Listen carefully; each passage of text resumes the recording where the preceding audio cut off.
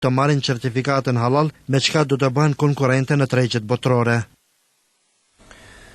Në Shkup së shpejti hapet Spitali Evropian i Syve i pari i këtij lloji në këto hapësira të Ballkanit. Në të do të angazhojnë mjek eminent nga Turqia dhe vende të tjera. Sot këtë qendër të re spitalore vizitoi ministri turk për çështje europiane, i cili u shpreh se këto investime rrisin edhe bashkëpunimin dhe njohjen më të madhe mes popujve të Ballkanit.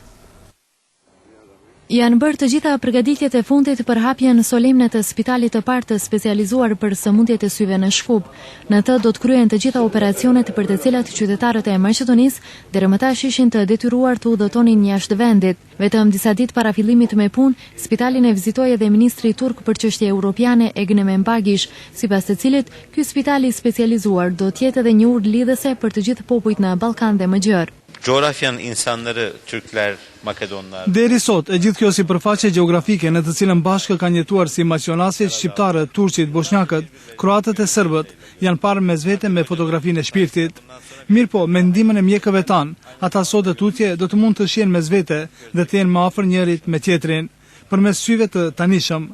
Spitalet e këtilla dhe tentimet për investime të tilla do të japin një kontribut edhe më të fortë në marrëdhëniet tona të përgjithshme mes dy vendeve.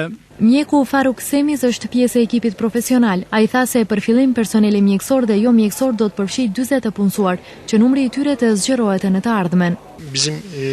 Minimum kapaciteti i pacientëve që në ditë mund të vijë është 300 pacient. Po ashtu kemi kapacitete që në spitalin ton për çdo ditë të kemi operacione, do të punojmë 24 orë 7 ditë në javë.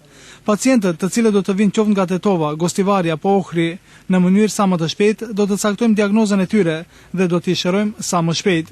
E njëjta vlen jo vetëm për Maqedoninë, por edhe për Kosovën, Bullgarinë dhe vende tjera fqinje. Në spital përpos mjekëve nga vendi do të punojnë edhe ekspert nga Turqia.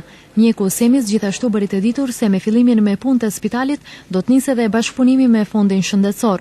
Ndryshe, ky do të jetë spitali i parë i specializuar oftalmologjik në rajon. Kryebashkiaku i Ohrit po tenton